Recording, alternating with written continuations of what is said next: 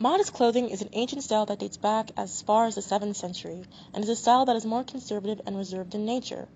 Nadia Diallo is a young Muslim woman growing up in Atlanta, Georgia, who felt there was a lack of modest fashion. However, now as a sophomore at NYU, Diallo has seen the rise of modest fashion, in popularity and in price. But Diallo feels that the companies and brands don't realize that their high prices may be costing them consumers. Maybe like 2016-ish is kind of when I noticed like modest fashion was really like a thing on the internet. It was cheaper then, but now, especially with TikTok, it's expensive. Modest fashion has grown into one of the most in-demand sectors and is currently valued at $277 billion and is estimated to reach $311 billion by 2024, according to the State of the Global Islamic Economy report. However, Nadia still feels that companies aren't catering to Muslim consumers and Muslim-owned fashion brands are becoming expensive, discouraging people from how they want to dress. Not everybody has a lot of money to, buy things because, for example, some of my friends who want to start wearing hijab or dressing more modestly, they're discouraged from it. These Muslim-owned companies and stores, they need to realize that they need to understand their audience and they need to stop, raking up prices just because the demand is high. In the religion of Islam, both men and women must dress modestly, with the rules stating that the shape of their bodies should not be shown.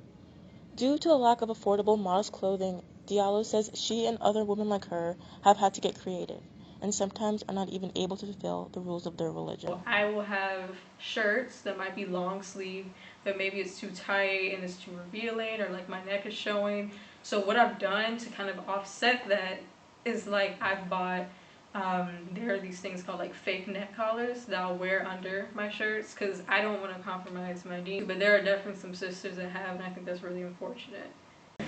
Modest fashion brands and designers have spoken about their rising prices. Zakiya Chinara, founder of Zayn by Cherry Top, went on to state in an interview with Salam Media that the prices are forced upon them by inflated costs, and the pandemic has seen shipping prices and the cost of fabrics soar.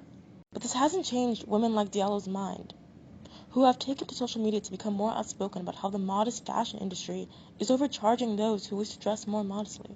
I'm always on my social media, and I talk about this quite a lot on my social media because I know a few people who have modest fashion brands, but they're still diving in to the same things that we're complaining about how it's so expensive. Like, why are you adding more onto this? Because we're already pushing it with the $60, $70, $80, right? So I always speak about it. The modest fashion industry, once a pipe dream, now is a reality, but for some, including Nadia, is a very expensive one.